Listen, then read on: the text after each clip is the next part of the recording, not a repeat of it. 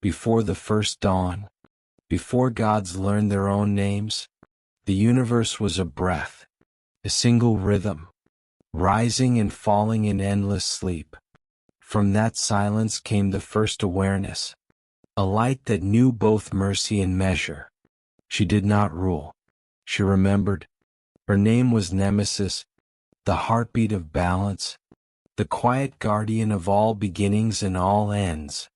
She watched as pride gave birth to glory, and glory to ruin. She watched as mortals built and broke, and built again, not with anger, but with patience, for she knew that every fall carries a lesson, and every wound hides the shape of healing. This is her story, the story of balance made divine, of justice that became compassion, and of silence that taught the world to sing. In the beginning there was silence, a silence so vast that even the stars had not yet learned how to whisper. It was not an empty silence, but one that breathed slowly, waiting for the first note of creation to tremble in its stillness. Within that hush floated the promise of everything that would ever exist, the song of oceans, the cry of hearts, the pulse of justice. And from that breathless calm, the mother of night stirred. Nyx, the endless one, unfolded her shadowed wings, and from the folds of her being she released fragments of herself, seeds of awareness, sparks of the divine. Among them was one unlike the rest, born not of desire nor of wrath, but of measure. That spark drifted through the sleeping cosmos, glowing faintly, pulsing with rhythm, not of chaos but of correction. Where other deities were born from fire and storm, this one was shaped by silence itself. She felt the universe tilt and sway, and she became the breath that sought to steady it. She did not yet have a name. She was the quiet watcher at the edge of things, the balance between what was given and what was taken. Where a star grew too proud, she dimmed its light until harmony returned. Where a world sank into darkness, she opened a window for dawn. Eons passed, and from the union of shadow and light came form. The spark took shape, folding into wings that shimmered with violet hues, a face both serene and solemn, eyes that reflected not judgment but truth. The cosmos recognized her, and in their whispering tongues, they called her Nemesis. She did not speak at first. Her voice was the movement of constellations, the quiet fall of meteors, the turning of unseen wheels. In her stillness there was purpose, and in her purpose, a quiet sadness, for she knew that everything that lived would someday fall out of balance. But even sorrow had its place. For what is harmony without the echo of dissonance? And what is justice if not the remembrance of wrong? So Nemesis watched. She watched the dawn of the first worlds, the birth of oceans, the laughter of winds, the trembling of mountains as they learned their names. She watched stars fall in love with their reflections, and she felt the first pride swell in creation. And somewhere deep within her calm heart, she knew that one day she would have to remind them that light left unchecked can burn, that growth without humility becomes hunger, that love, when it forgets its limits, becomes dominion. Thus began the long watching, the eternal patience of the one who waits not to punish but to restore. In the stillness of eternity, Nemesis drifted between the living stars. The universe was new then, innocent and unaware of its own beauty. It shimmered with youth, suns unfurling, moons spinning like thoughtless dancers, galaxies spilling their silver hearts into the deep. There was wonder, but there was also hunger. Creation did not yet understand enough. Nemesis moved among the constellations, unseen but deeply felt, like the pause between two breaths. She felt the imbalance begin, subtle as a sigh. Stars that once glowed together began to devour one another, striving to shine brighter, to burn longer, to be seen. Worlds collided in their longing to exist. And from the ruins of those celestial wars, the goddess learned her purpose more clearly. She extended her hand, not to destroy but to calm. A faint light flowed from her fingertips, a soft pulse of equilibrium that rippled across the cosmos. The fighting suns dimmed, their fury cooled, and the space between them widened into peace. In that pause, a new order emerged. Planets began to turn in rhythm, moons learned the art of patience, and even the winds between stars began to hum in harmony. It was the first act of justice, not as vengeance but as remembrance. To remind the universe that it is enough to be, without consuming, without conquering. And yet, balance is a fragile thing. Even as she restored peace to the heavens, Nemesis felt another imbalance stir, faint but growing. It came not from the stars, but from the whispering hearts of gods themselves. For even divinity hungers for praise. The newborn gods, sons and daughters of light, fire, and storm, began to gaze upon their own reflections in the waters of creation. They found their faces beautiful, their voices powerful. And slowly admiration turned to pride. Pride into vanity. Vanity into forgetfulness. They forgot that the harmony of all things had birthed them. They began to believe they were the source of that harmony. From her quiet vigil beyond the clouds, Nemesis watched. She did not condemn them, she merely observed, patient as the moon over restless seas. For she knew that even pride has its purpose. Without it, there would be no striving, no creation, no brilliance. But pride without limit would one day become chaos again. And she would be called to act once more. The goddess descended into the veil between light and shadow, the realm of reflection where nothing hides and nothing pretends. There she shaped her sanctuary, a garden of silence, blooming with flowers of starlight. Each petal held a memory, a choice made, a word spoken, a balance kept or broken. She walked among them like a mother among her children, tender yet watchful from her garden. She watched the gods shape mountains, rivers, and skies. She watched them create creatures with hearts that could love and destroy, sing and weep. And she saw the same spark that burned in her, the need for meaning, the desire for more.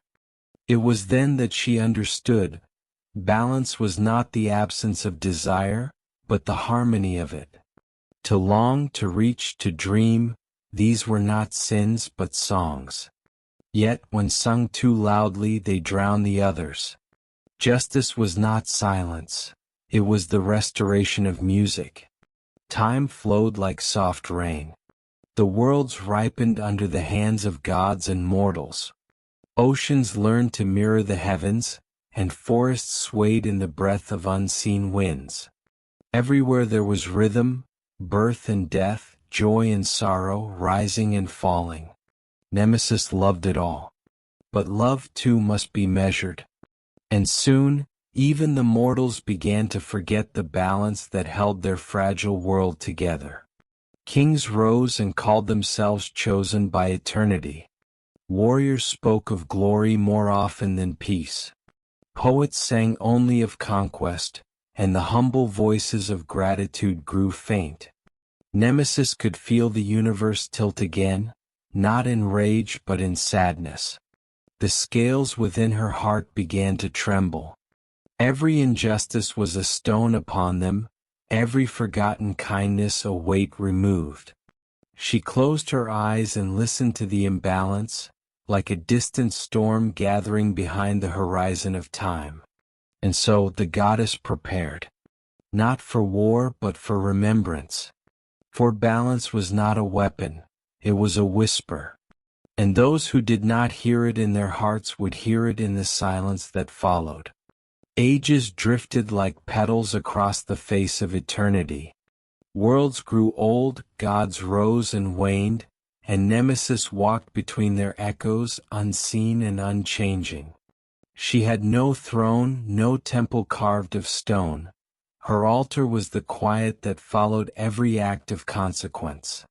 Where a river broke its banks, she became the still pool that remembered its shape. Where a flame consumed too much, she became the ash that softened the soil. She existed not to punish but to remind. Her gift was the mirror, the reflection of truth returned to its source. And so the first mortals came to know her not through voice, but through silence. When a tyrant's crown grew heavy and his sleep turned restless, it was she who stirred in the corners of his dreams. When the proud stumbled, when the cruel tasted their own bitterness, they whispered her name though they did not know it. She was justice before justice had a word. In a quiet valley where mountains met the sea, there lived a people who had forgotten moderation. They built monuments so tall they pierced the clouds, and filled them with gold that never knew the touch of need. They sang hymns to their own greatness and called it faith. And when famine came, they saw it as insult rather than lesson. Nemesis drifted above their marble halls like mist before dawn. She saw the hollow laughter of the rich, the trembling hunger of the poor, and she felt the scale within her tilt. She did not rage, she breathed. Her breath became the wind that swept the valley clean of illusion. The golden towers cracked. The rivers, once chained by vanity, broke free and carried away their reflections. When the storm passed, what remained was not ruin but revelation. The people saw the earth again, its humble color, its patient pulse. And in the silence that followed, they felt her presence, not wrathful but awakening. That night, a woman among them dreamed of a garden of starlight, and in it stood a figure of grace and gravity. "Who are you?" the dreamer asked. And the figure, radiant and still, answered only this: "I am the breath that steadies your heart." When the woman woke, she gathered her people and led them to the valley's edge. There they built not a temple but a circle of stones open to the sky. They placed no idols there, for they knew the goddess did not dwell in form, but in balance itself. They called her Nemesis, the just, the mirror, the stillness between extremes. And though they never saw her again, her presence lingered, in the calm after the storm, in the pause between a mother's anger and forgiveness, in the hush before dawn. From that place of humble worship, her essence spread like light through clear water. Other lands began to speak of her. Sailors invoked her before crossing uncertain seas, asking that their victories not turn to pride. Poets whispered her name when their hearts grew vain with praise. And in the hearts of kings, her silence became a question that no flattery could drown. But as her influence deepened, so too did misunderstanding. For balance is often mistaken for punishment by those who have taken too much. When their fortunes faltered, they cursed her. When their arrogance led to fall, they feared her. They began to call her the goddess of retribution. And though she wept for their blindness, she did not deny the title. For in truth, retribution was not cruelty, it was correction. To the seed the storm feels like ending. But to the earth, it is renewal. The gods above watched her quietly. Zeus, whose thunder ruled the sky, admired her power but mistrusted her calm. Athena, the wise, understood her purpose and called her sister in spirit. Even Hermes, whose laughter carried through the realms, fell silent in her presence. They all knew that Nemesis was not bound by Olympus. She did not serve the vanity of gods nor the frailty of mortals. She served the equilibrium that existed before either. And though she spoke rarely, when she did, the cosmos itself seemed to still. Her words carried no anger, only certainty, as inevitable as sunrise. Pride, she said, is not a sin until it forgets gratitude. Power is not corruption until it forgets mercy. And love is not possession until it forgets the freedom of another's soul. The heavens bowed to her truth, and for a time all things held steady. But balance, even divine, is never still. It must move, sway, breathe, for if it stops, it ceases to be. And so the cycle turned again. A new age dawned among the mortals, an age of ambition. They built ships to cross oceans, forged empires under burning suns. They carved their own fates from the bones of mountains. And though Nemesis watched with quiet wonder, she felt the weight begin to shift once more. The hearts of men grew loud. They sang songs of conquest and forgot the songs of gratitude. The earth trembled beneath the march of their pride. And from the corners of creation, the balance called to her again. She rose from her garden of starlight, her wings unfurling into the night. The heavens shimmered violet as she ascended, calm and unhurried, her eyes reflecting both love and sorrow. For every time she brought balance, something precious was lost: innocence, comfort, illusion. And yet without her, all would fall into endless hunger. Thus she began her descent toward the mortal world once more. Not as destroyer but as teacher. Not as wrath but as truth. Night fell across the mortal world like a soft veil. Cities glittered beside rivers, and distant fires flickered in mountain caves where men spoke of gods in half-remembered songs. Among them, pride had grown again, quiet at first like ivy climbing stone, until it covered every surface of the heart. Nemesis descended unseen. She did not arrive with thunder or flame. She entered through stillness, through the long breath before dawn, when even the wind seemed to listen. In that silence she walked the earth. The mortals did not recognize her. To them she was only a traveler, eyes pale as moonlight, hair dark as evening rain. Her steps left faint circles of silver dew upon the ground. Where she paused, the air cooled and the noise of quarrels softened. She came to a kingdom carved from marble cliffs, where a young ruler named Theon sat upon a throne of glass. His empire was vast, his pride vaster still. He had conquered lands and seas, and his people called him divine. He believed them. Each morning he stood upon his balcony and watched the city below, streets lined with banners, fountains pouring wine for celebration. He thought the music that reached his ears was love. He did not know it was fear. Nemesis entered his court as a messenger from the hills. Her cloak was worn, her sandals dusty, yet her presence drew the gaze of all. When she bowed before him, the hall grew quiet, for something unseen moved through the air, like the hush before rain. Theon asked her name, and she replied gently, "I am a wanderer who carries mirrors instead of maps." The court laughed, thinking her words foolish. But Theon frowned, for in her eyes he saw not mockery but reflection, the faint outline of himself, smaller, uncertain. "What message do you bring?" he demanded. Nemesis looked upon him with calm compassion. "The mountains whisper of your glory," she said, "and yet they ask, does the river flow because it is praised or because it must?" Theon's pride pricked like a thorn. He dismissed her with a wave of his jeweled hand. But that night, as he lay among silks, her words echoed in the hollow behind his heartbeat. He dreamed of mirrors that showed him not as king but as child, small hands grasping at sunlight he could not hold. When he woke, he ordered every mirror in the palace destroyed. Nemesis watched from the valley below as shards of glass rained into the streets. The moonlight caught upon them like stars scattered across the stone.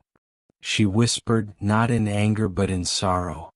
Even broken, reflection remains. Days turned to weeks. Theon grew restless, suspicious of his own shadow. He built walls higher, towers brighter, feasts grander, seeking to bury unease beneath applause. But imbalance cannot be silenced with noise. It waits, patient as tide. One evening, clouds gathered over the kingdom, of violet and gold, heavy with the scent of change. Theon looked from his balcony and saw a single figure standing in the storm's light. Her cloak billowed like the wing of night, and the rain did not touch her. He descended the marble steps alone, drawn by something deeper than fear. When he reached her, the air around them stilled. "Have you come to curse me?" he asked. Nemesis smiled faintly. "There is no need. Every crown carries its own weight." Lightning flashed, reflecting in her eyes. In that moment he saw not a stranger but the balance of all things. The rise and the fall, the taking and the giving, the breath before release. Then came silence, vast and endless. When the storm passed, the people found their king upon the steps, his crown fallen beside him, his gaze lifted toward the clearing sky. He was alive but changed. He spoke softly, moved gently, and for the first time listened. In the years that followed, he rebuilt his city not in stone but in fairness.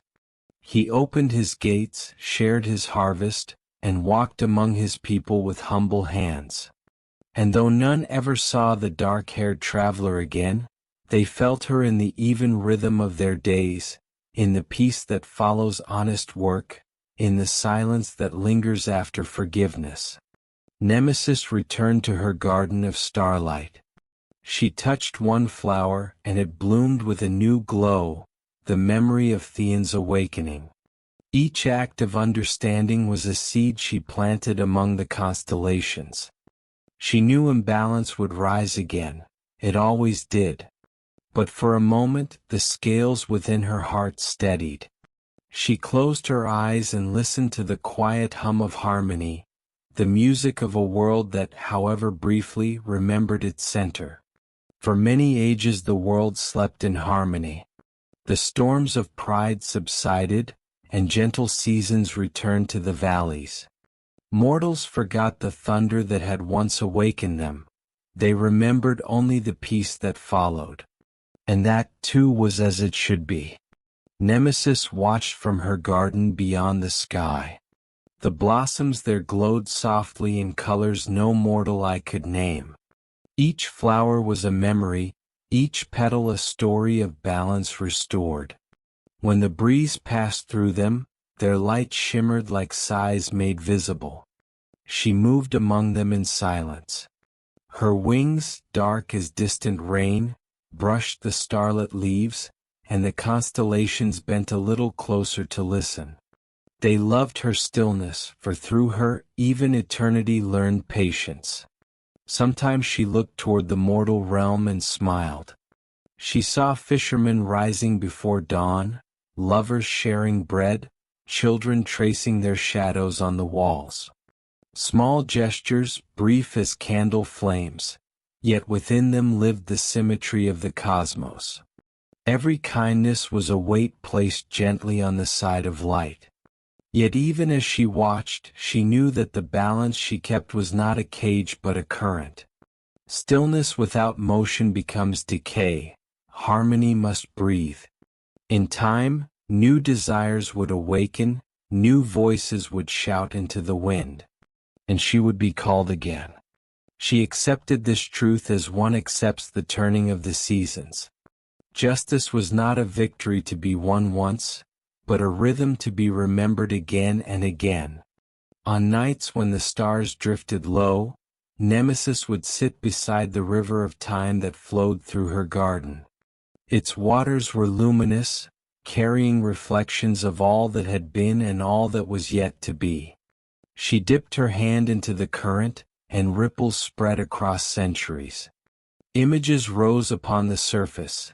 Cities not yet built, hearts not yet broken, choices trembling at the edge of existence. She saw the shape of pride returning in other forms. The hunger for knowledge, the thirst for dominion, the loneliness that power always brings. And she did not grieve, she merely listened. Because within every shadow she could already hear the heartbeat of correction. Every excess calls forth its remedy. Every fall remembers the sky. She closed her eyes and whispered to the stream, "Let them forget so that they may learn again. Let them build so that they may see the beauty of rebuilding.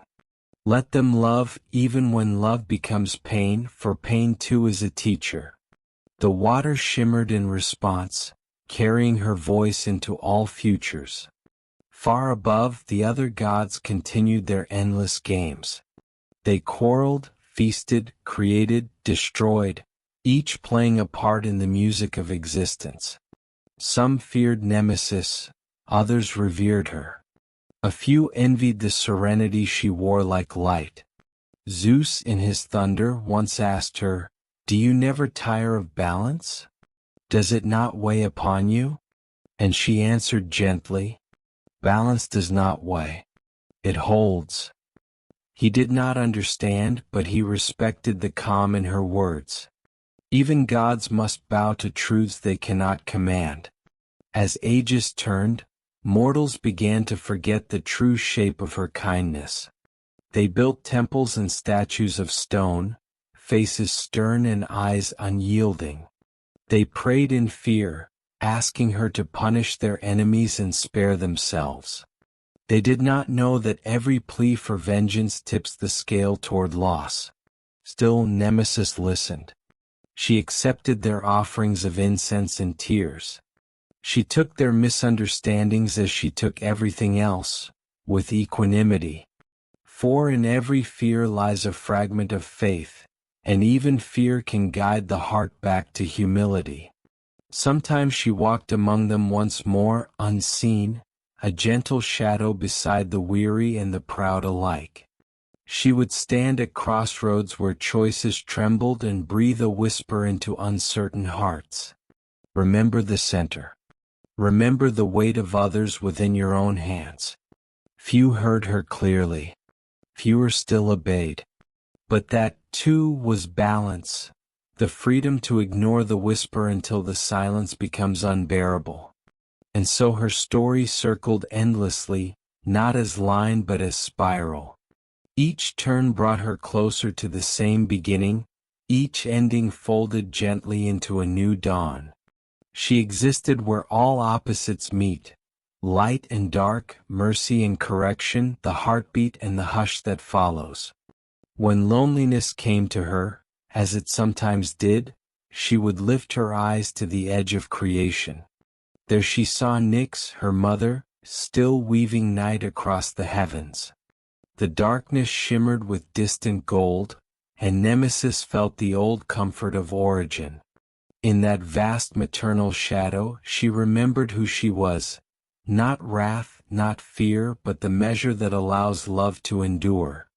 And as she rose once more upon her wings, the stars bent their gaze, and time itself slowed its breathing. The universe, balanced between her palms, sighed like a child falling asleep. For now the scale was even. For now the world was still. The ages turned softly as if the universe itself were exhaling. From the quiet balance Nemesis had woven, new civilizations began to bloom like dawn across the face of the world. They built with gentler hands now, stone laid with gratitude, not greed, songs sung for harvest, not for conquest. For a time, the memory of justice rested like dew upon every soul. But memory is fragile. Peace, when it lasts too long, becomes invisible. And what is unseen, the heart begins to forget. Across the mountains, a city of marble rose by the sea. Its name was Lycaris, and its people were bright with invention. They crafted sails that caught not only wind but light, bridges that shone at night like fallen constellations. They praised the gods for their brilliance, but beneath the hymns grew a new hunger, the quiet whisper that perhaps the brilliance was their own. Nemesis watched from her garden of stars. The balance quivered almost imperceptibly. It was not yet time to act, only to listen. She felt the murmur ripple through the souls of mortals, a soft rustle like silk. We have done this ourselves. We have no need of guardians. The whisper spread from the workshops to the temples, from the mouths of artists to the thrones of kings. It became language then law. Soon the altars that once held offerings to the unseen were crowded instead with statues of men. Heroes cast in gold, philosophers sculpted with halos of their own making. They called it enlightenment. The gods, they said, were ideas, not beings, and ideas could be mastered. From the heights of Olympus, Zeus looked down and laughed, thunder rumbling like distant applause. Let them dream, he said. They are small fires in a vast night. But Athena frowned, sensing the shift before the others. Small fires, she murmured, can burn forests if the wind forgets its path. Nemesis remained silent. Her eyes turned toward Lycaris, where the sea mirrored towers of light. She saw artists painting their own reflections as divine, inventors harnessing storms for sport, rulers crowning themselves with stars stolen from the temples. They did not know that pride, once awakened, does not sleep again, it only changes shape. Among them walked a poet named Elian. He was beloved for his songs, which made even stone seem to weep. But with praise came intoxication. He began to speak not of beauty but of his gift, and the people echoed him until his name filled the air like perfume. In dreams he saw himself sitting among the gods, crowned with fire. One night, as he wandered the cliffs alone, he felt a presence beside him, the familiar hush that comes before truth. A woman stood there, cloaked in moonlight. Her voice was soft enough to be mistaken for the sea. "Elian," she said, "why do you sing?" He smiled, believing her a muse. "I sing to make the world remember me." She looked out over the dark water. "Then when the world forgets, what will remain?" Her question struck him like a stone in still water, ripples spreading through his mind. But pride is a deep current. He laughed and turned away. The world will not forget. When he looked back, she was gone, and only the tide answered. Weeks later, a storm rose without warning. The sea swallowed the harbor of Lycaris. The towers cracked like glass. When dawn came, the city stood half in ruin, and upon the cliffs where Elian had once sung, there was silence. Nemesis did not rejoice. She felt each fall as weight upon her own heart. Balance restored is never celebration. It is the sigh of the scales returning home. She gathered the sound of the storm and wove it into a new star. It shone faintly above the ruins, a reminder that creation and humility are sisters, not rivals. Yet even in ruin the whisper endured. For pride, once born, does not die, it migrates. From one age to another it travels, changing names, finding new voices. And Nemesis knew the next voice would not be mortal. The ruin of Lycaris faded into legend. Mortals rebuilt, as mortals always do, and called their endurance wisdom. They forgot the name of the storm, forgot the poet, forgot the question whispered beside the sea. But memory, even when buried, leaves a scent in the soil, and pride grew again from its trace. Now it reached the heavens. Among the gods themselves, a new unrest began to shimmer. They had watched the mortals rise, fall, and rise again. They had tasted adoration for ages uncounted. Perhaps they too began to wonder if the worship was deserved, or if it was simply habit. Zeus looked upon his thunderbolts and felt them grow lighter in his hand. He no longer feared rebellion. What he feared was boredom. A god without challenge is a flame without wind. He spoke to the gathered immortals, his voice rolling across the marble halls of Olympus. "Have we not given the world its shape?" he said. "Do we not command the seas, the harvest, the hearts of men? Let us carve new glories. Let us show creation what divinity truly means." Some cheered, some smiled, but Athena stood apart. She turned her gaze toward the horizon where the mortal fires twinkled like stars below. "Be careful, Father," she murmured. "When gods compete with those they guide, the sky forgets its height." Her words drifted upward, finding the ears of Nemesis. The goddess of balance rose from her garden, her wings trembling with quiet knowing. She sensed the weight shifting again, first a breath, then a wind, soon a storm. She descended to the edge of Olympus, where twilight clings to the folds of cloud. There she met Hermes, swift-footed and curious, who had long admired her silence. "Will you stand against them?" he asked. "I will remind them," she answered. "To stand against is to feed what must fade. To remind is to return them to their center." Hermes tilted his head. "And if they do not listen? Then the echo will teach what the voice cannot." She passed through the golden gates of Olympus unseen. Everywhere she walked, the music of celebration dimmed by a note. Gods polishing their weapons paused without knowing why. Muses fell silent mid-song. Balance was entering the room, and the air remembered how to breathe.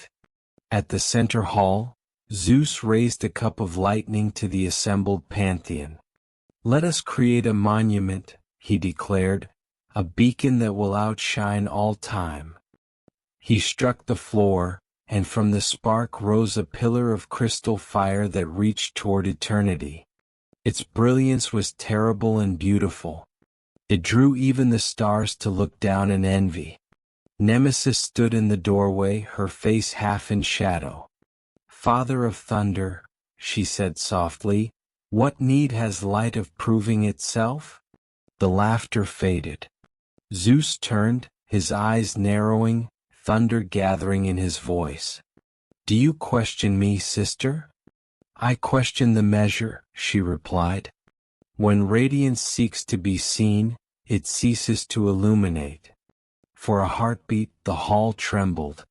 Then Apollo stepped forward, radiant and proud. "Balance speaks as if we were children. But we are the architects of wonder. The world lives by our design. Why should we hide our beauty?" Nemesis looked upon him with the sadness of a teacher watching a pupil repeat an old mistake. Because beauty that demands witnesses becomes hunger. And hunger, left unmeasured, devours its own heart. Her words drifted like mist through the chamber, settling into silence. Even Hera's crown seemed to dim. But Zeus lifted his hand and the pillar of fire flared brighter. "Let her speak her riddles," he said. "The storm obeys me still." And Nemesis bowed, not in defeat but in acknowledgement. "For now," she whispered, "it does." She left Olympus quietly, her wings trailing sparks of violet light that faded as they fell. From below, mortals saw the glow and thought it a comet. They made wishes upon it, never knowing those wishes were born of warning. That night, Nemesis returned to her garden of stars. She knelt beside the river of time, its surface flickering with reflections of things to come. She saw cities of gold rising again, thrones higher than mountains, prayers turning into demands. She saw the gods themselves mirrored in mortal pride, each feeding the other in endless echo. She touched the water and whispered, "So be it. Let them learn through reflection." And the river obeyed. Its ripples spread across heaven and earth, carrying the seed of consequence. Not punishment but memory waiting to bloom. The night after she left Olympus, the air itself seemed to listen. A stillness spread through the heavens, gentle but deep, as if the universe were waiting for a word it already knew. Nemesis spoke none. Her silence was the word. And that silence began to move like light through water, unseen, unstoppable. In dreams, mortals began to stir. A fisherman dreamed that the sea refused his net, its silver waves turning away like a patient teacher. A merchant dreamed that gold turned to sand in his hands, reminding him of weight and worth. A child dreamed that a mountain bent down to whisper, "All things rise by the grace of others." The next morning each awoke changed, though none could say why. They only knew that something inside them had shifted, a gentleness where there had been haste, a pause before pride. In Olympus too the dreams came. Hera dreamed of a field of mirrors, each reflecting not her beauty but her power, multiplied until it frightened her. Apollo dreamed of light so bright it erased color and form until all was nothing but blinding emptiness. Even Zeus, the unshakable, dreamed of thunder that struck but found no earth to answer it. When they woke, they spoke of strange visions, uneasy laughter covering uneasier hearts. Only Athena understood, and when she closed her eyes, she saw the violet shimmer of Nemesis passing through the clouds. "Reflection has begun," she murmured. Below, the world responded to her unseen balance. Rivers that had overflowed returned quietly to their beds. Fires that had burned too fiercely found rain. A harvest too rich to consume rotted into fertile soil for the next. The pattern was simple, elegant, not vengeance but rhythm restored. And yet, balance brings discomfort to those who cling to excess. The gods grumbled. Mortals cursed the changes they could not name. Priests raised their hands to the heavens and cried that the goddess of retribution had awakened again. Nemesis heard them from her garden. Her expression did not change. She knew that even misunderstanding had its place. Fear too was a teacher. But something in the weave of her vision troubled her. Among the threads of balance glowed a darker light, one that shimmered not with humility but with defiance. It came from a single god, small in stature but vast in cunning, Prometheus, the giver of fire. He had watched her quiet corrections and smiled. "Balance," he said to himself, "is mercy disguised as law. And mercy is a chain." He began to whisper to the mortals, not in dreams but in waking thought. He taught them that consequence could be avoided, that cleverness could outwit the pattern of Nemesis. He taught them how to shape light without reverence, to build flame that owed nothing to the heavens. And the mortals listened. They built fires that never slept, towers that reached not for worship but for control. The world brightened again, too bright. The night, sacred to reflection, began to fade. Nemesis felt the absence like pain. The garden dimmed, the river of time ran too fast. She rose and walked to the edge of her domain, looking down at the earth glowing unnaturally beneath. Her voice, when she spoke, was as calm as ever, but the air trembled with its weight. "Light that forgets the dark forgets its source," she whispered. "Flame that refuses shadow will consume its own home." The words rolled through creation like distant thunder, but those who heard only mocked the warning. The gods marveled at human brilliance.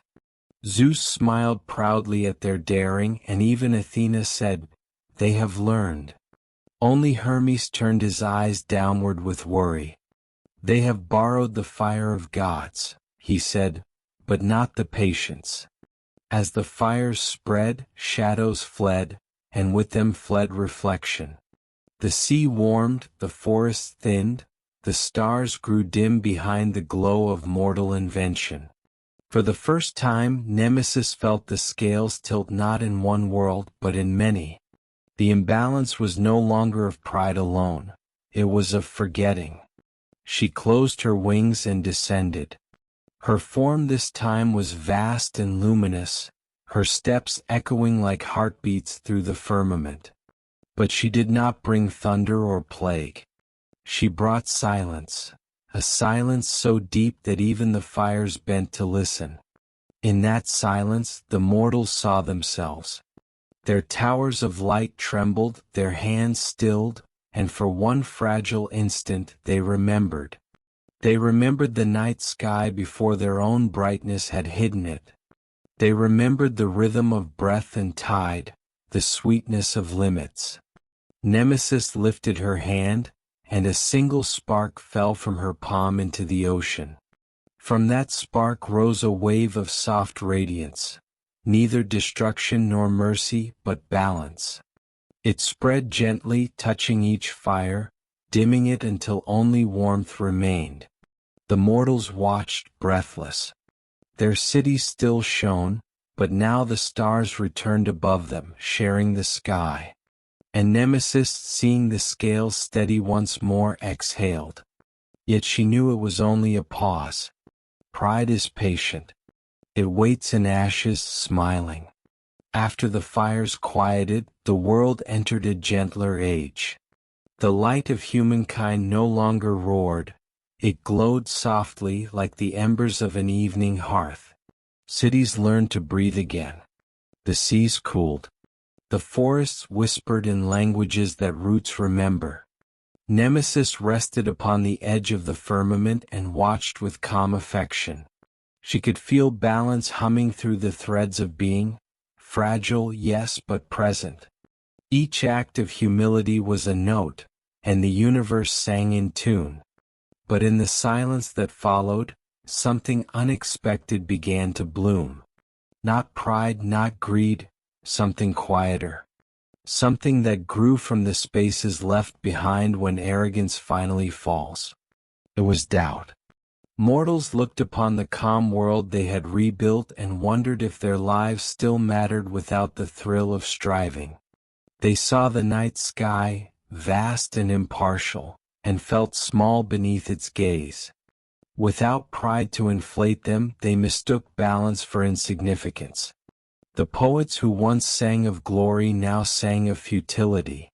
The builders hesitated, afraid to disturb the stillness. The dreamers closed their eyes, believing that to reach was to offend the goddess of measure. And slowly the heartbeat of creation began to slow. Nemesis felt it immediately. The scales within her shivered again, not with weight but with emptiness. For harmony is not silence. It is the dance between sound and quiet, motion and rest. Too much stillness becomes its own kind of imbalance. She rose from her garden and walked among the stars. The constellations bowed their light as she passed. When she reached the mortal world, she did not bring thunder or storm. She brought breath. She moved through dreams once more, but this time her voice was warm. To a child afraid of the dark, she whispered, "The stars shine because the night allows them." To an old woman who feared her work no longer mattered, she said, "The fruit falls and the tree still stands." And to a young artist who had stopped creating for fear of excess, she murmured, "Beauty is not pride when it honors its source." Her words spread like the scent of rain, soft, unnoticed, yet awakening everything it touched. Across the lands, people began to move again, gently, thoughtfully. They planted, built, sang, not in competition but in gratitude. They learned to live in the rhythm of giving and receiving, of acting and resting. Yet among them was one who could not be soothed. A philosopher named Callan sat beneath the temple stones, his eyes shadowed with weariness. He had studied all teachings of the gods, and yet peace eluded him. He saw balance not as harmony, but as a prison of repetition. If every joy is balanced by sorrow, he said to his followers, if every rise must fall, then what is the meaning of striving at all? Are we nothing but weights on her scale, forever condemned to correction? His words spread like dust in the wind, dry, soft, easily inhaled. Soon, others began to feel the same heaviness. Why work if work must end? Why love if loss awaits? Why live if death completes the pattern? The despair that grew was subtle, polite, dressed in reason. But to Nemesis, it felt like the faint crack before a shatter. She descended once more, veiled in mortal form, and found Callan sitting by a river. He did not look up when she spoke. You seek freedom, she said, but you have mistaken balance for chains. The scale does not bind, it allows both sides to rise. Even sorrow gives weight to joy. Callan frowned. Then why not grant us eternity of peace? Because eternity without change is sleep, she answered. And sleep without waking is nothing. The river between them shimmered with her reflection, two faces meeting across the current. One divine, one human, both uncertain. You see the scales, she said softly, but not the hand that steadies them. Balance is not my law alone. It is your choice again and again in every breath. I do not force harmony. I remind it. Her voice drifted into the sound of flowing water. Callan bowed his head. When he raised it, she was gone. But the river still murmured her words, carrying them toward the sea. In time his teachings changed. He spoke of balance as dance, not judgment. He told his followers that even the goddess herself must move to remain still. And once more the world began to breathe freely. Nemesis returned to her garden and touched the river of time. The ripples were gentle now, even content. She smiled, not with triumph, but with understanding. For balance was not something to be kept once and for all. It was a melody that must be relearned with every dawn. Above her, the stars shimmered like lanterns of approval. Below her, the mortals dreamed in peaceful rhythm. The whisper of pride was quiet now, almost gone. But she knew better than to call it silence. Somewhere in the farthest corners of heaven, the next breath of imbalance was already gathering. And when it came, she would be waiting, patient, eternal, kind. Dawn drifted across the rim of the world, and the air felt heavier, as if the sky itself were holding its breath. Nemesis rose from her garden of stars, her wings brushing constellations into silence. She had waited through ages of peace, ages of forgetting, and now the balance stirred again, slowly, steadily, like tide returning to shore. From the river of time she saw visions forming in the mist. Cities crowned with silver towers, temples glittering with gold, voices raised not in prayer but in boasting. Mortals had mastered much, yet mastery had turned again into claim. Their hands shaped miracles, but their hearts had begun to say, "This is ours." The gods above watched with curiosity, half amused, half admiring. They remembered other ages when mortals had climbed too high, and they wondered whether Nemesis would descend once more. For when the world tilts, even the divine feel the shift.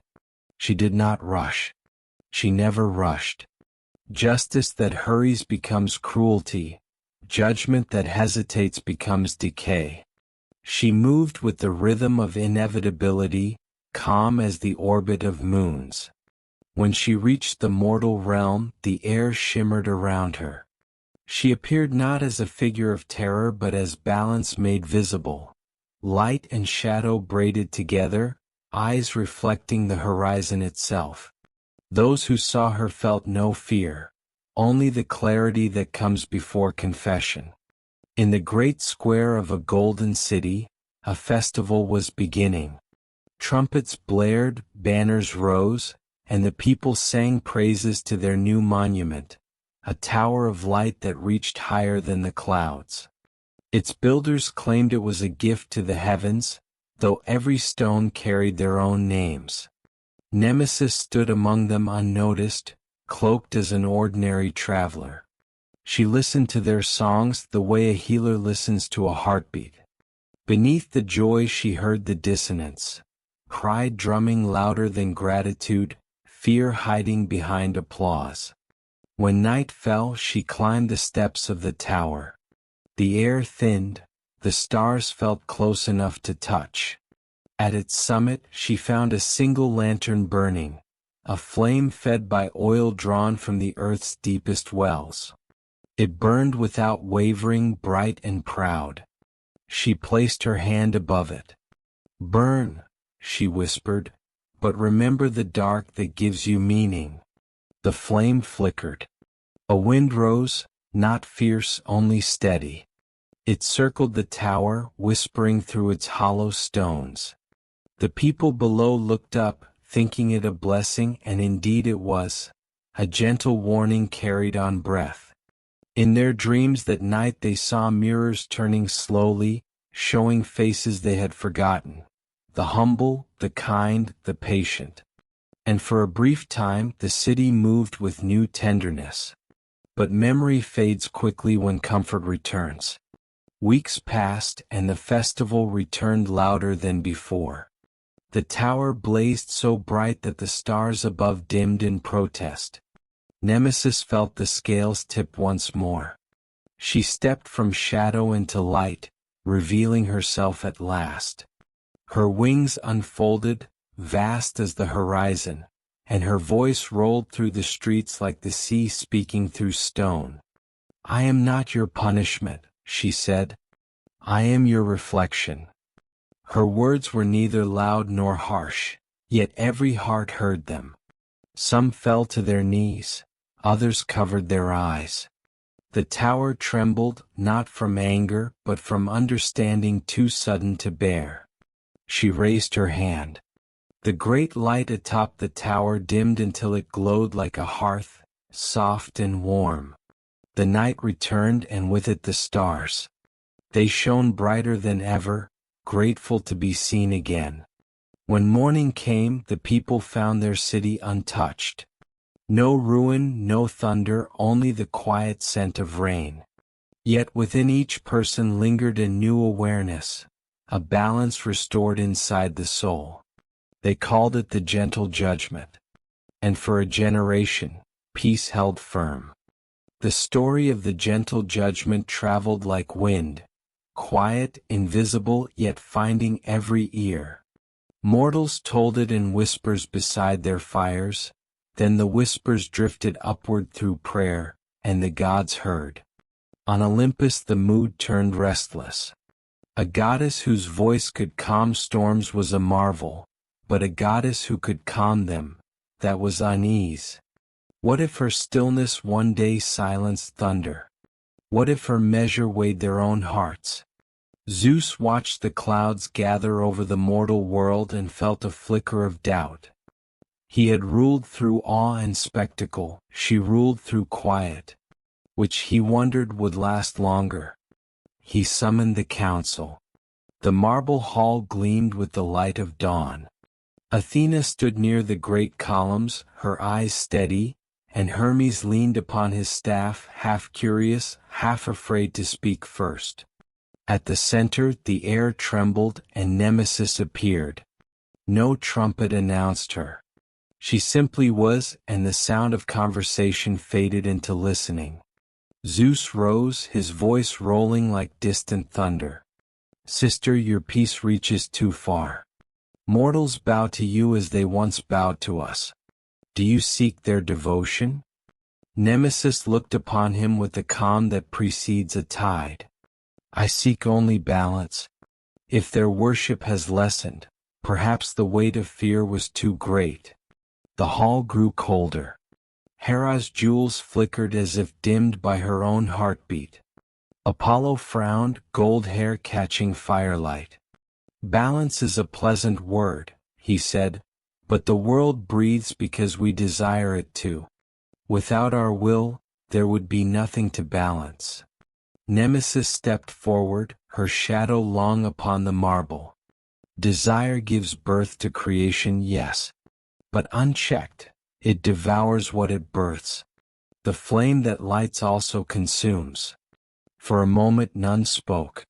Then Athena's voice, low and clear. She speaks truth, though it unsettles us. We are not diminished by her presence. We are reminded. Zeus looked from one to the other, his great hands curling around the haft of his scepter. Reminded of what? Nemesis turned her gaze toward the open sky beyond the pillars. Of the rhythm that even gods must obey. Day yields to night, storm to calm, pride to humility. You call it judgment, but it is simply return.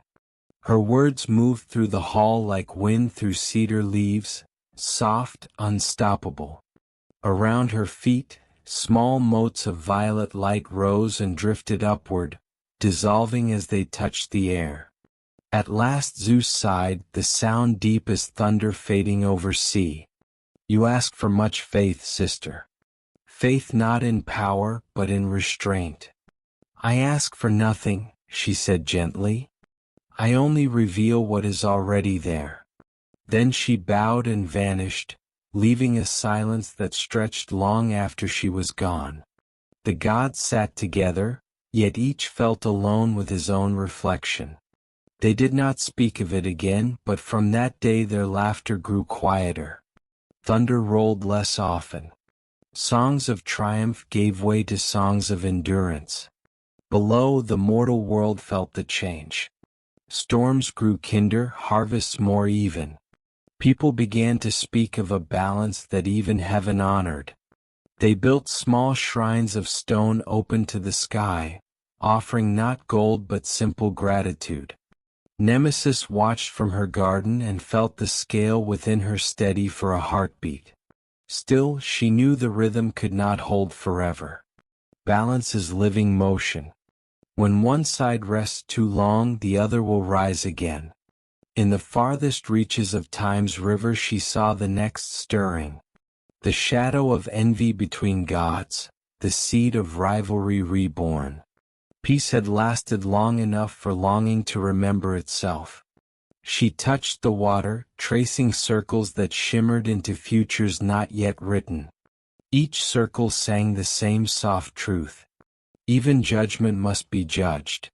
And she smiled, tender, patient, eternal. For the dance of correction was beginning anew. In the long hush that followed her visit to Olympus, the heavens seemed to sleep with one eye open. Thunder no longer shouted, even the wind spoke in whispers. For a time it appeared that balance itself had settled into the hearts of gods and mortals alike. But stillness never lasts forever. Peace too has a shadow. At the far edge of the divine halls lived a young god named Asteron, born of dawn and starlight. He was gentle, curious, and endlessly bright, but within him burned the same restlessness that haunts all light, the wish to be seen. He had watched Nemesis come and go, her calm folding whole tempests into silence, and he wondered why the universe bowed so easily to quiet. He longed to prove that wonder could roar. So Asteron began to shape his own creation. From dust of comets he forged mirrors, thousands of them, and set them spinning through the sky. Each one caught a sliver of sunlight and hurled it back across the void until the night was splintered into brightness. Mortals looked up and gasped. They called the new stars the children of dawn and offered prayers to the unknown hand that had made them. From her garden, Nemesis watched the glittering swarm and felt the scale within her tremble. It was not yet imbalance, only a tremor of excess, the sound before an echo. She descended through the still air, her form half shadow, half flame. Asteron was waiting upon a high ridge of cloud, eyes alight with pride. "Do you see?" he said. "I have filled the dark with beauty. No corner of heaven need hide again." Nemesis studied the mirrors, how they flashed and multiplied until the constellations vanished behind their glare. "Beautiful," she said softly. "But listen." He frowned. "To what?" "To silence. The stars no longer sing, they only shout." Her words unsettled him. "I sought to honor light." "Then let it rest," she answered. "For even light must close its eyes to dream." But Astron could not understand. He had given the cosmos a crown and could not imagine dimming it. When she turned to leave, he raised his hand and called upon his mirrors to burn brighter still. The heavens blazed white. For a heartbeat even the gods shielded their eyes. Nemesis stopped. Around her the air thickened, not with anger but with inevitability. She spoke his name once, no louder than a sigh, and the mirrors began to slow. Their spin faltered, light sliding off them like rain. Each fragment drifted downward, cooling into dust, and fell quietly into the rivers of the world below. Astron watched, stunned. "Have you unmade my work?" She shook her head. "Nothing is unmade. It has only returned to where it can rest." The young god fell to his knees, his pride collapsing into grief. But in his tears there was learning, and in his learning balance returned. He rose, his light gentler now, and bowed. "Then let the dark keep half the sky," he said. Nemesis touched his brow with the edge of her hand. Where she touched, a faint halo formed, a reminder not of failure but of humility found. From that day, a soft band of glow circled the heavens each dawn and dusk, neither day nor night. Mortals called it twilight. The gods knew it as Asteron's atonement and Nemesis' mercy. Word of the event spread through Olympus, carried on Hermes' laughter and Athena's thoughtful silence. Some gods mocked the young one's lesson, others felt a chill of understanding. They began to see that Nemesis' judgments were not punishments at all, they were restorations. Every act returned the world to the middle note of its song. Even Zeus, standing upon his high cloud, watched the new twilight and felt its calm press upon his chest. He spoke quietly to Hera. "She steadies what even I cannot." And Hera replied, "She steadies you." Nemesis heard and smiled. She did not need their praise. Praise tips the scale as surely as blame. All she required was remembrance, an awareness that justice lives not in thunder but in breath. She returned to her garden, where the river of time murmured softly. In its current she saw the reflection of every act, bright and dim, endless. She saw Asteron tending gentle lights at the world's edge, saw mortals sleeping under the peace of balance restored. For a moment the flow was clear. Then, faintly at the farthest bend of the stream, a shadow rippled. A sign that pride was stirring again, not in heaven, but in the hearts of humankind who now claimed to understand the gods. Nemesis sighed, the sound neither sorrow nor fatigue. The work of balance was never finished. It was the heartbeat of existence itself. Rise, fall, pause, begin again. She folded her wings and let the starlight wash through her palms. Somewhere far below, dawn was breaking. She closed her eyes and whispered to the new light, "Shine softly." The twilight that Asteron had left behind spread across the ages like a gentle cord that never faded. Mortals learned to work by its glow, and poets said that dusk was the moment when heaven remembered the earth. For a while the world breathed evenly, full of small harmonies. But harmony once found tempts the heart to claim it. Soon people began to speak of their balance, their virtue, their wisdom in living justly. What had been a gift became a badge, and the badge became a weapon. In the mountain city of Thessa, a council of elders rose to power. They called themselves the Measured Ones. They wore white robes, carried scales of bronze, and judged every quarrel in the goddess's name. At first their rulings were fair, their words thoughtful. But fairness repeated too proudly hardens into pride. They began to see sin in laughter that was too loud, arrogance in dresses too bright. Punishment replaced guidance, fear replaced learning. And each decree they spoke added another stone to the wrong side of the scale. Nemesis watched from her garden of stars. She saw altars built to her likeness, faces stern, eyes unyielding. They prayed not for understanding but for permission to condemn. The goddess sighed. Balance had become judgment once more. She descended at night, veiled in plain gray. In Thessa's square the torches burned low, their smoke twisting like restless thoughts. She found a girl kneeling beside the fountain, trembling after being branded impure for a song she had sung in joy. Nemesis knelt beside her.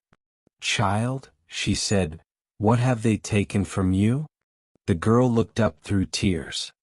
"My voice," she whispered. "They said it carried too much longing." Nemesis touched the fountain's water, and ripples spread in perfect circles. "Then longing will return as rain," she murmured. "Nothing pure is ever lost, only transformed." When dawn broke, clouds gathered over the city. A soft rain fell for 3 days and nights, washing dust from stone and fear from hearts. The elders called it punishment. But the people felt something else: release. During the rain a sculptor dreamed of a woman made of light and shadow standing in the square. She said, "Do not weigh others by your measure. Each heart carries its own rhythm. Listen and the balance will find you." When he woke, he carved her words into the base of the fountain. Travelers read them and carried them to other lands, and slowly the harshness faded. The Measured Ones dissolved into memory. Nemesis walked unseen through the streets after the rain. She heard children laughing again, and music rising from doorways once silenced. For the first time in many years she smiled. Yet even peace must evolve. Across distant kingdoms new voices were rising, prophets and rulers who claimed to speak directly for her. They promised order, demanded obedience, and built empires upon her image. The irony was perfect. Even error has symmetry. She stood upon a hill and looked down at the glimmering cities. Each flame was a prayer, each prayer a different truth. How could one flame judge another without dimming both? She opened her wings and the night bent around her. Her whisper moved through dreams again, soft as the hush before snowfall. "I am not the sword. I am the pause before it is drawn. I am not the verdict. I am the silence that asks if the verdict is needed." Where her voice touched, hearts softened. Some rulers woke with tears though they did not know why. Some priests forgot their sermons and simply watched the dawn. A few understood completely, and those few taught the truest prayer of all: "Thank you for reminding me." From her garden she felt the scales steady. The weight of false zeal fell away like rust. Stillness returned, not through force but through remembering. Nemesis looked into the river of time and saw what awaited. New ages, new follies, new healings. The pattern was endless and, to her, endlessly beautiful. She knew that every excess would one day seek its echo, every shadow its light. The song would continue verse after verse, never the same yet always familiar. She closed her eyes and listened. The universe was breathing evenly again. The gentle judgment was complete, for now. When the reign of Thessa ended, the air carried a sweetness that no one could name. Fields shimmered with new grain, and the rivers ran clear enough to mirror the sky. The people went about their days quietly, as though they feared to disturb the calm they had been given. But Nemesis knew that peace, when held too tightly, turns brittle. It must be allowed to breathe. She lingered among them unseen, feeling the rhythm of their renewed lives. The hammer of the blacksmith striking evenly, the songs rising from the market, the murmur of evening prayers that asked for nothing. Every sound was simple, and simplicity itself was balance. From her garden of stars she looked down often, and from Olympus the gods looked back at her. The hush that followed her last descent had reached even their bright halls. They no longer argued so loudly, the laughter of excess had softened into conversation. Even Zeus had begun to listen before speaking. He stood one dusk beside the edge of heaven, thunderbolts dim at his side, and called her name. Nemesis, he said, the storm is quieter because of you. Yet I wonder, is it meant to stay this way? Her voice drifted on the wind between them. Storms are not tamed, only understood. When they forget their song, I remind them. Zeus nodded slowly. Then you are not our judge after all. I am the space in which judgment remembers mercy, she replied. And the thunder rolled softly as if in agreement. Athena came to her later, walking the silver road between constellations. You carry solitude with such grace, the goddess said. Does it never weary you? Nemesis smiled faintly. It is not solitude when one listens. The world speaks constantly, balance is only hearing what it means.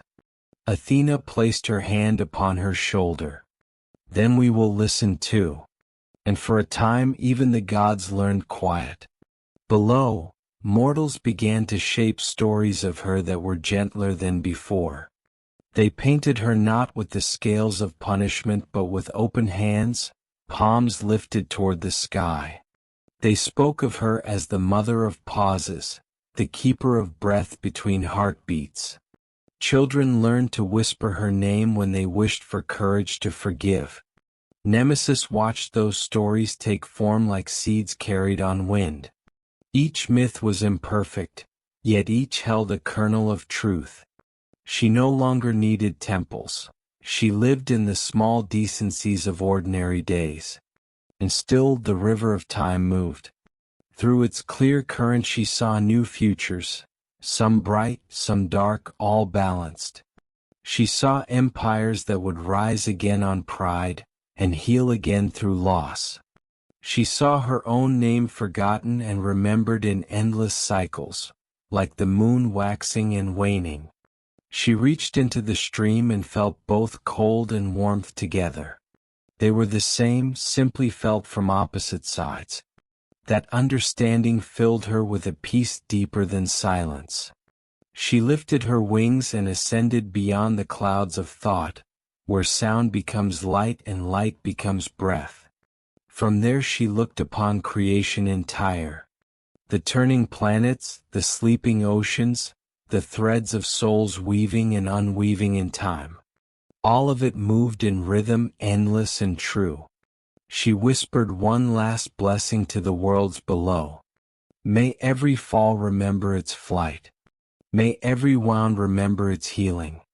May you see yourselves not as broken halves, but as the movement between. The blessing passed through stars and into hearts. Some felt it as wind through open windows, some as the sudden urge to pause before anger. Even the smallest kindness in those days was touched by her unseen hand. When she returned to her garden, the flowers of starlight opened in waves, greeting her with soft radiance. She walked among them slowly, brushing her fingers over each bloom. They hummed with the stories they had gathered, whispers of pride, of learning, of mercy rediscovered. She listened until the garden itself fell into a gentle sleep. Then she sat beside the river of time once more. The water glowed faintly, balanced perfectly between motion and rest. For the first time in ages she allowed herself to close her eyes. The universe would keep its rhythm for a while without her touch. That, too, was balance, to trust the world to remember. Above her, the constellations shimmered, spelling her name not as warning but as lullaby. And so the chapter of judgment ended not in thunder but in peace. The age of silence drifted softly into memory. From the quiet that Nemesis had woven, a new tenderness began to bloom.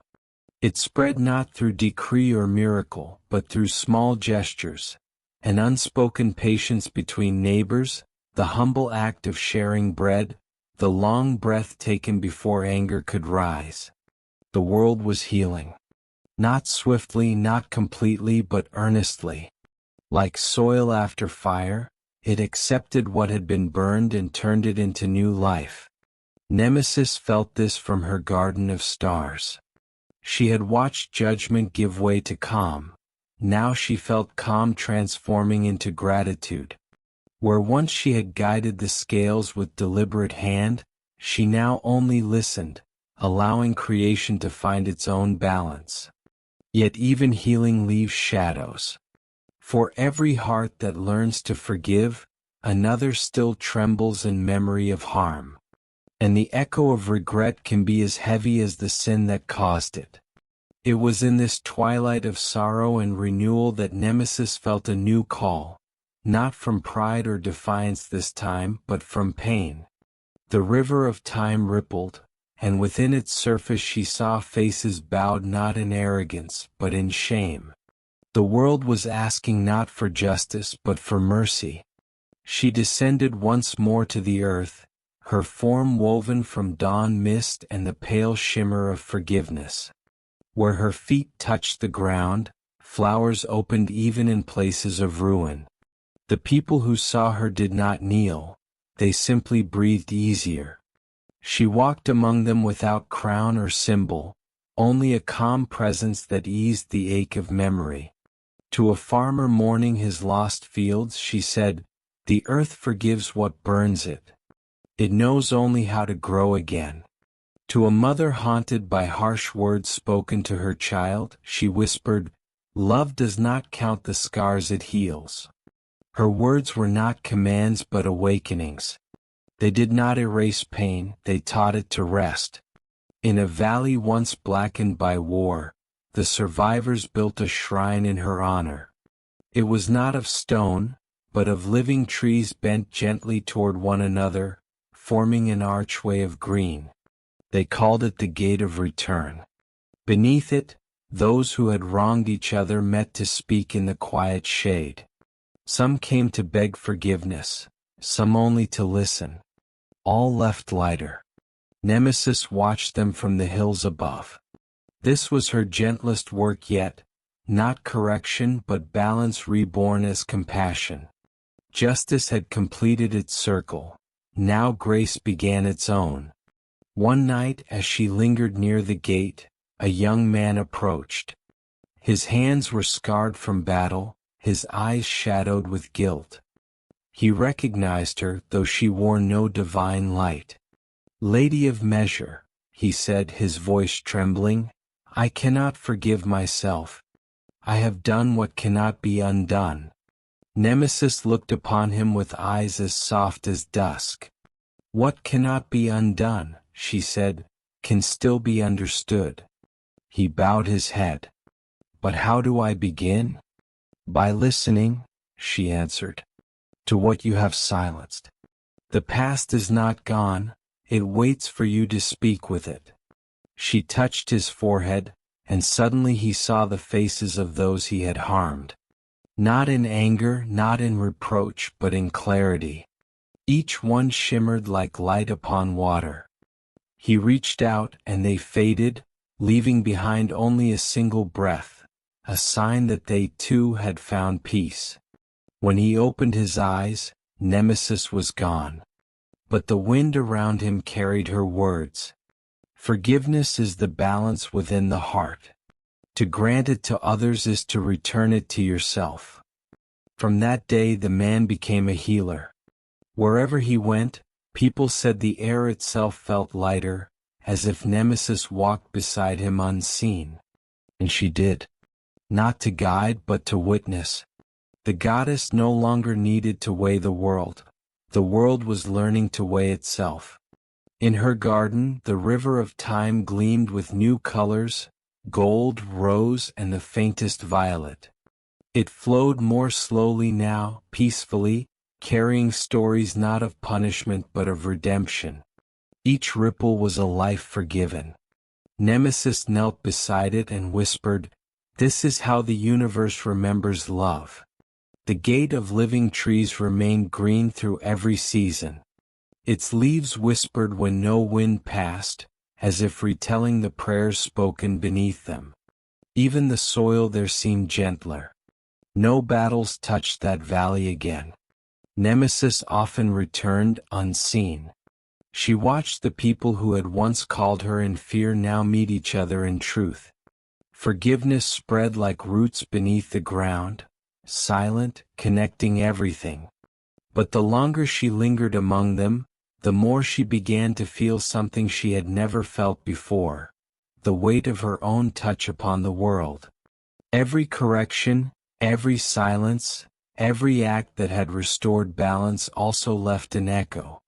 She could hear them now, the faint songs of those who had been changed by her hand. Some sang in gratitude, some in grief. Even mercy, she realized, has its shadow. She walked beyond the valley to a hill where the horizon stretched unbroken. There the air thinned and her thoughts rose clear. Could she, the keeper of equilibrium, be without need of forgiveness herself? Was the perfection she served so complete that it left no room for error, no breath for remorse? The question surprised her. For ages she had spoken of correction as love. Now she wondered whether love could live without apology. She sat upon the grass, and the earth answered her with warmth. It did not accuse, it only held her. Above, the first stars blinked awake, shy as children. Their light brushed her face, and she remembered Asteron, the young god of dawn, forgiven for his pride. He had found peace through humility. Could the goddess who had taught him that lesson also kneel before the same truth? The thought was humbling, and humbling felt right. So Nemesis closed her eyes and spoke softly into the dark. If any heart has broken beneath my measure, if any lesson came too soon for understanding, may time return it as gentleness. Her words drifted upward like smoke that carried light instead of fire. Far away in dreams, a child who feared the night suddenly felt comfort. An old woman, long bitter over loss, woke and smiled without reason. The goddess's repentance had become blessing. When she opened her eyes, the stars shone closer, as if listening. She rose and walked toward them, each step dissolving distance. The heavens were not a throne for her, they were a mirror. Within their reflection she saw herself as the mortals saw her, sometimes merciful, sometimes cold, always necessary. And in that understanding was peace. Back in her garden, the river of time murmured louder. Its surface flickered with memories. The city she had calmed, the storm she had guided, the tears she had turned into rain. Among them she noticed new ripples, small moments of kindness not born of her direct hand. Mortals forgiving mortals, gods forgiving gods. The balance was learning to speak without her voice. She smiled. The greatest act of guidance, she thought, is to become unnecessary. That night she dreamed for the first time in many ages. In the dream she stood within a field of endless twilight. Figures walked toward her, faces from every age, every realm, each one carrying a single flame. They did not bow or praise. They simply placed their lights upon the ground around her until she stood within a circle of warmth. A voice, soft as her own, spoke from the glow. You have weighed all things but never yourself. Now you see that even balance must bend to love.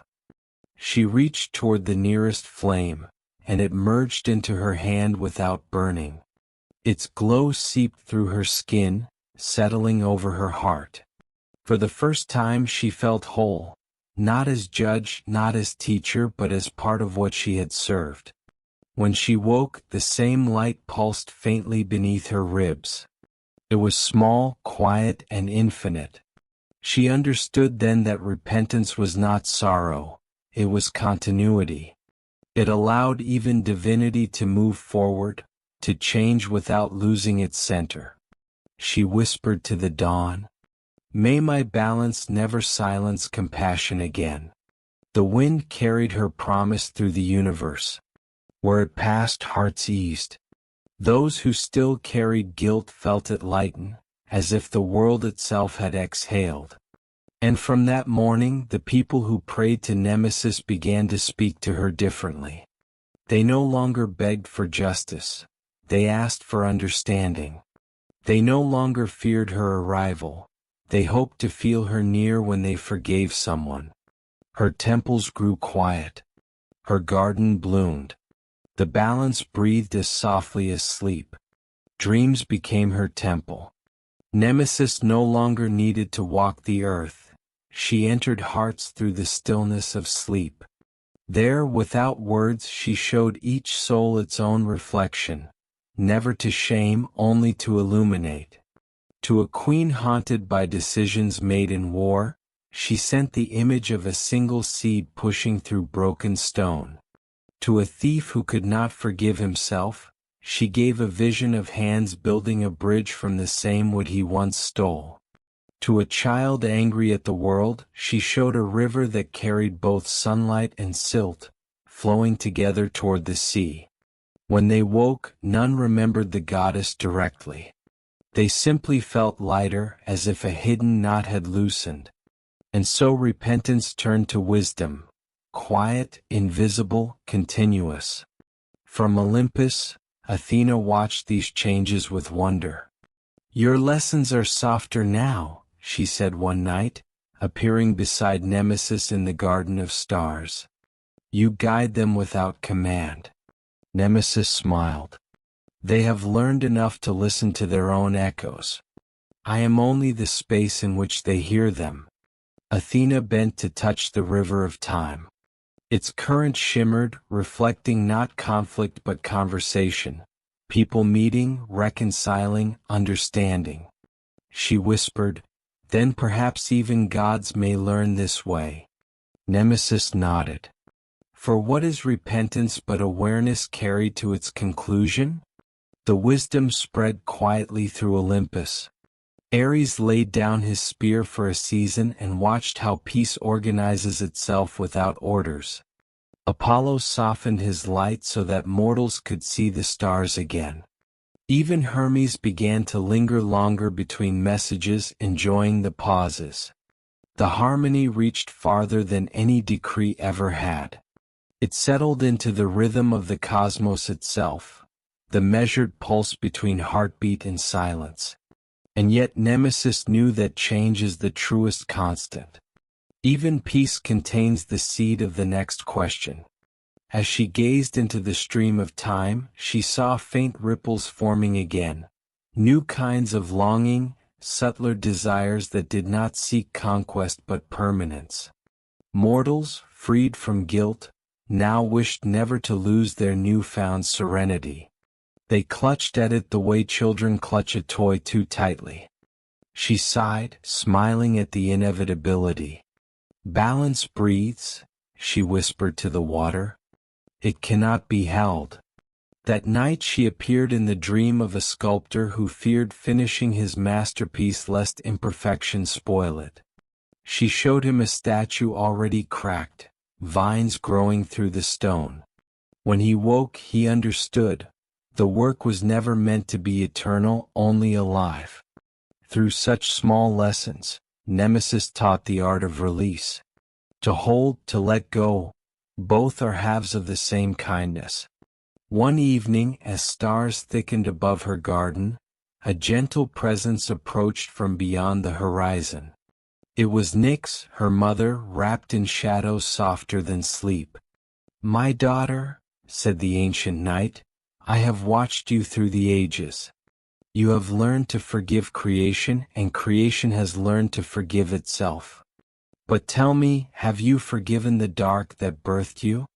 Nemesis looked into the vast shade surrounding them. For the first time she saw it not as absence but as cradle. "I feared it once," she admitted, thinking it void. "Now I see it was silence waiting to be song." Nyx smiled, her face unfolding like the moon from cloud. "Then you have completed the circle. Even the dark must be loved." They stood together without need for speech. Above them, the stars burned peacefully. Below them, dreams drifted like lanterns over water. Night had never felt so luminous. When Nemesis returned to her garden, she found the flowers blooming in pairs, each one mirrored by another of opposite hue. Light beside shadow, white beside violet, joy beside remembrance. They swayed together in a rhythm older than time.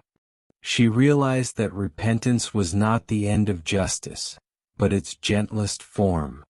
Where judgment restores balance, repentance keeps it breathing. One corrects the motion, the other sustains the dance.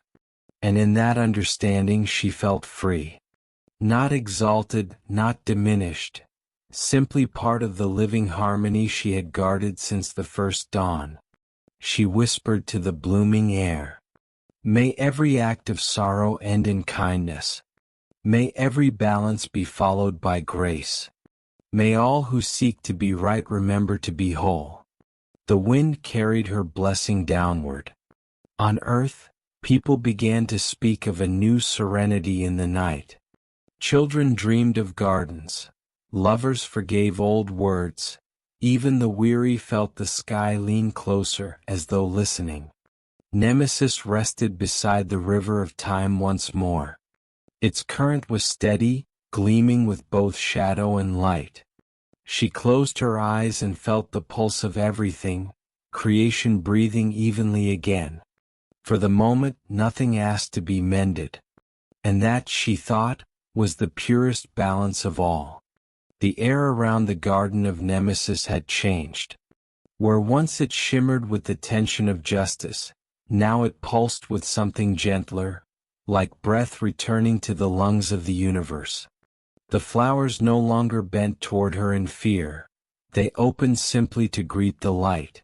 From every corner of existence came the murmur of renewal. The gods, long accustomed to command, began to ask. The mortals, long accustomed to pleading, began to thank. It was as if all creation had remembered the same forgotten song. Nemesis felt it like a heartbeat beneath her feet. Each thrum was both her work and not her own.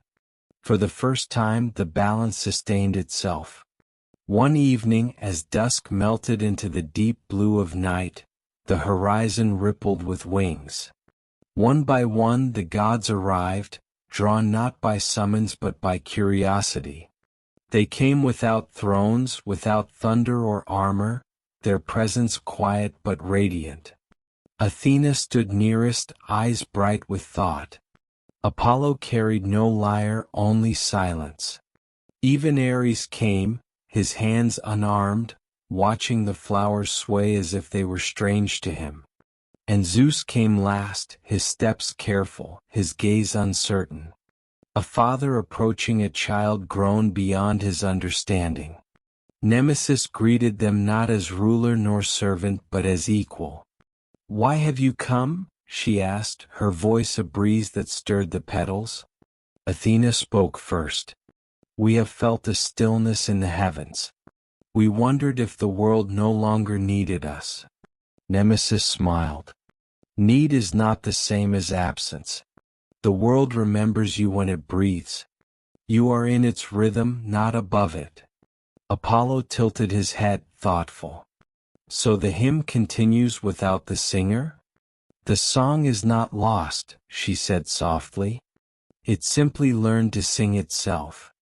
Her words settled over them like dawnlight. For a moment, even the thunder inside Zeus grew quiet. He looked at her and said, "Then our rule was only the beginning of their memory." Nemesis stepped closer, her eyes luminous but calm. "Not the beginning," she answered. "Merely the first verse." They stood together in silence, watching the river of time flow beneath the garden's edge. In its mirrored surface they saw their reflections, fierce, radiant, flawed, and beautiful. Each saw both light and shadow in themselves, and none turned away. Then, to their surprise, Nemesis bowed her head. "Forgive me," she said, her tone neither proud nor broken. "In my search for balance I forgot that even gods can ache. I weighed the world too heavily at times." The admission struck them not as shame but as music. For in her humility they found their own reflection again, the parts of divinity that still longed to be kind. Zeus lowered his scepter, letting it rest upon the ground. "A storm cannot hold itself forever," he said quietly. "And I too have thundered too long." Athena laid a hand on Nemesis's shoulder. "Then let this be the new covenant. Not power above, nor correction below, but the endless learning of patience." The others murmured their assent. Even Ares, whose silence carried the weight of centuries, spoke at last. "War taught me discipline," he said. "But peace teaches me endurance." Nemesis smiled. "Then balance has truly become wisdom." In that moment the garden itself seemed to glow. The river brightened, its current singing a harmony that rose into the sky. Stars trembled and arranged themselves into new constellations. Not of heroes or battles, but of gentle forms. Two hands meeting, a flame resting in a bowl, a circle open at one side. The gods gazed upward awed. Apollo whispered, "What are they called?" Nemesis answered, "The names of forgiveness." The stars pulsed softly, sending their light to every world below. Mortals who looked up that night felt calm without knowing why. The young dreamed of homecomings, the old of rivers that never ended. Even the restless hearts among them slept peacefully, as if held by unseen wings. When dawn came, the gods departed quietly. No proclamation followed, no monument was built. They carried her stillness within them instead. And wherever they walked, storms softened. Nemesis remained alone beside the river. Its surface reflected both sunrise and starlight, day and night entwined. She dipped her hand into the water and felt it flow through her fingers, neither held nor lost. "This," she whispered, "is how the divine repents, by remembering its tenderness." A single tear fell from her eye into the current, and where it touched, the river bloomed with light. The glow spread outward, threading through every stream, every ocean, every drop of rain. From that day forward, the waters of the world carried her compassion. Fishermen who spoke kindly to the sea found their nets full. Sailors lost in storms were guided by a soft, violet gleam on the horizon. Children, drinking from wells at dusk, said the water tasted faintly of sweetness. No one called it miracle. They simply lived in a world that forgave itself more easily. Nemesis sat in the quiet of her garden and listened. The universe breathed in perfect rhythm again.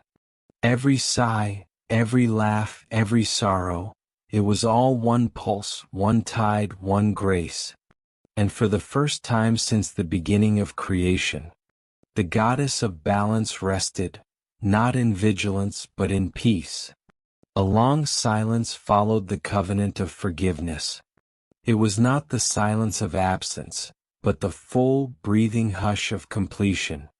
All things, from the smallest leaf to the highest star, seemed to move with awareness. Even the winds had softened. They no longer tore across the world but glided, brushing the mountains as if in apology. Nemesis sat beside the river of time. Its surface glowed with all the colors of creation, blending and separating, forever changing, forever the same. For the first time in eternity she felt no pull from the scales within her. The balance did not need her hand, it lived in every motion, every pause. She watched as new ages unfolded. Children were born beneath gentler skies. The gods, tempered by humility, began to walk among mortals not as rulers but as companions. They taught stories instead of laws, songs instead of commands. And the people, in turn, learned to see divinity reflected in the quiet rhythm of their days.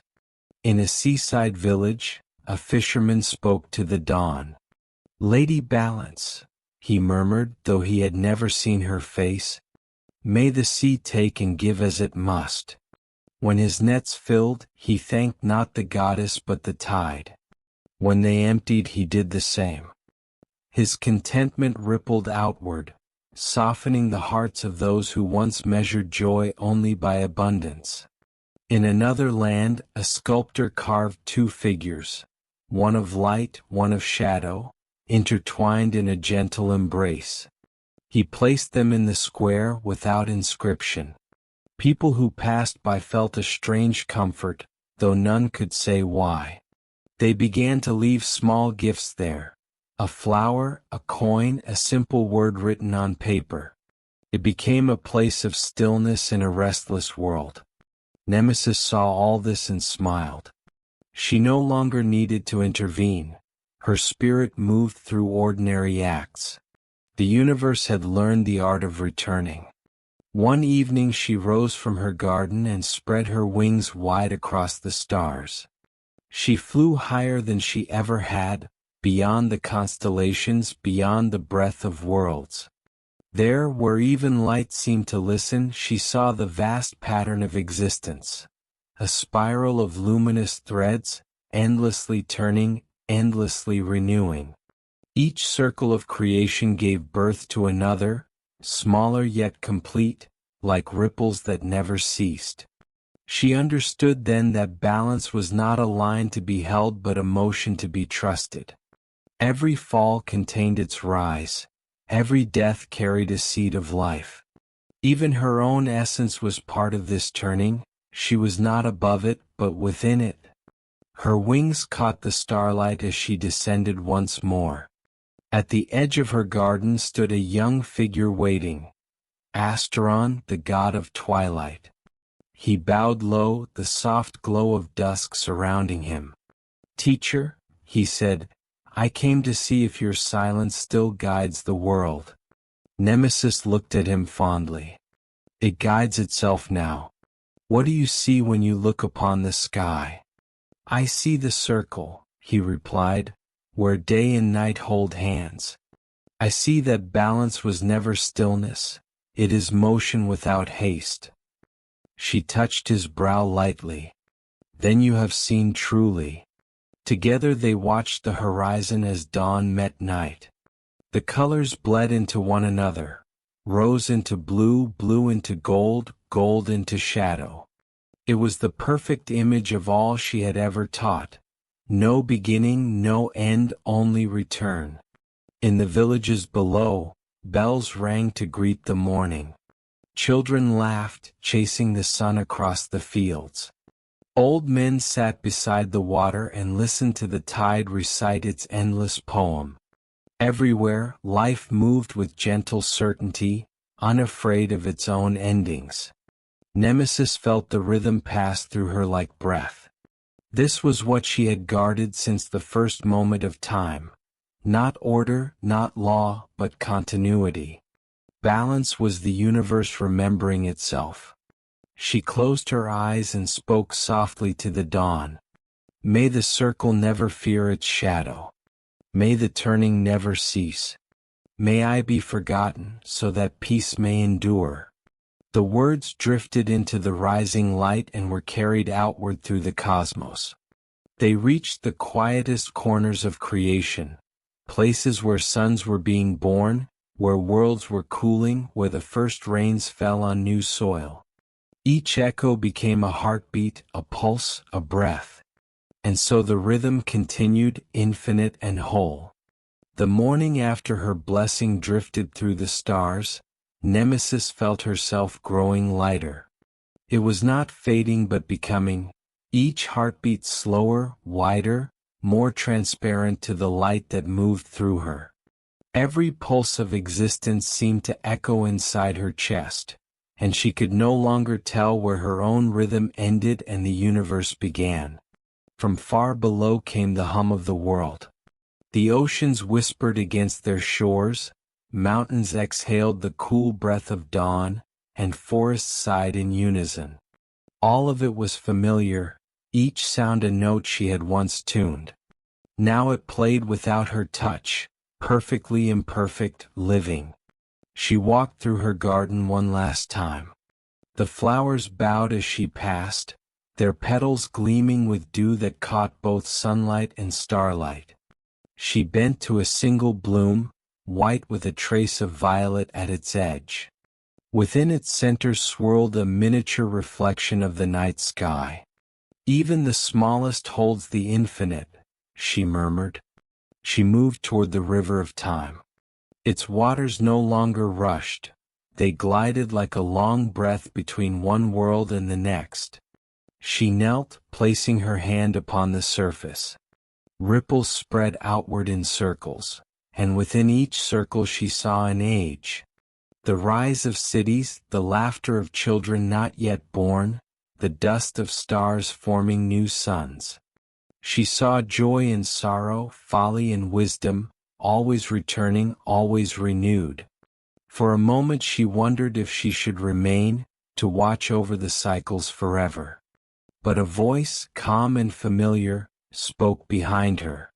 It was Nyx, the night, her mother. You have watched long enough, my child. The river knows its course. Nemesis rose, turning toward the velvet dark that shimmered around the elder goddess. Will it remember me? Nyx smiled, a curve of darkness lit by stars. The river forgets nothing, but it no longer needs a name for its flow. You have become what you guarded. Nemesis felt the truth settle in her like a tide. She was not leaving the world, she was dispersing into it. Her justice would be the pull of gravity, her mercy the hush between waves, her wisdom the turning of seasons. She looked once more upon the sky. The constellations of forgiveness still burned softly, their lines open so that new stars could enter. She whispered to them, "Continue the song."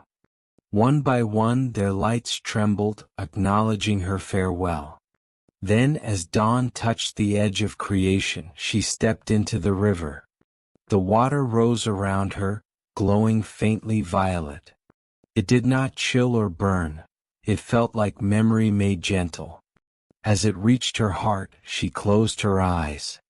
The current lifted her, carried her not forward or backward but everywhere at once, through the hearts of sleeping children, through the stillness between a thought and its breath, through the darkness inside every seed before it blooms. Her form dissolved into brightness, then into shadow, then into pure rhythm. All across existence the balance deepened. Storms broke and cleared with perfect timing. Rivers found new paths without flooding. Hearts forgave faster. The name Nemesis slowly faded from prayers, replaced by a simple gesture. Hands opened, palms upward, neither asking nor refusing. Centuries passed like single sighs. Her legend softened into myth, then into instinct. Mothers taught their children to pause before anger. Rulers waited before decree. Even stars seemed to blink with patience before dying into night. And though no one spoke her name, the air still carried her hum. A faint vibration that could be felt in moments of stillness. Before rain falls, before tears release, before forgiveness takes shape. That hum was the goddess herself, resting in the heartbeat of all things. Far beyond time, in the quiet beyond creation, she drifted within the great dark that was not absence but peace. Nyx waited there, her presence vast and warm. "You have returned," said the Mother of Night. "Not as I was," Nemesis answered. "As all that is." Nyx opened her arms, and the darkness folded around her daughter like a soft tide. "You have learned the final truth.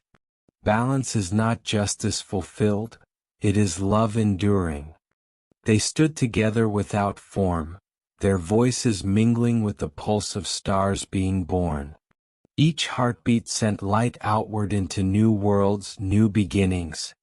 And within that endless creation, the spirit of Nemesis moved silently, shaping nothing yet guiding everything. Her last thought before merging completely was a blessing. May every return be gentle. May every ending open into grace. May all who fall remember they were once the sky. Then the river of time folded over her. And she was everywhere, the pause before breath, the calm after thunder, the shimmer that holds day and night together. And so the goddess of balance became the balance itself, and the universe continued to breathe. When the last light of Nemesis faded into the river of time, the universe did not fall silent. It breathed. For balance was never the weight of punishment, nor the fear of gods. It was the rhythm beneath all things, the rise and the fall, the giving and the receiving, the night folding into dawn. From the pride of kings to the tears of mothers, from the laughter of children to the quiet of the sea, her hand moved unseen, a whisper in the wind, a memory in the heart, a pulse that keeps the world from breaking. And though her name was lost to the centuries, her lesson remained, that justice without mercy is hollow, that sorrow without forgiveness is endless, that power when bowed to love becomes peace.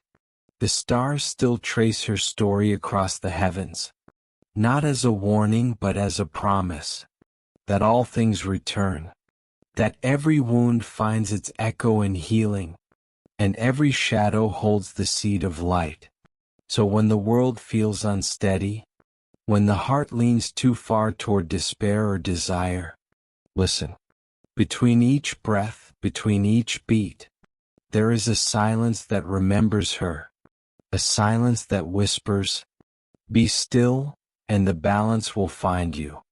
And in that stillness, the goddess lives on, not above creation, but within it, forever the breath that joins the beginning to the end, and the end to the beginning once more.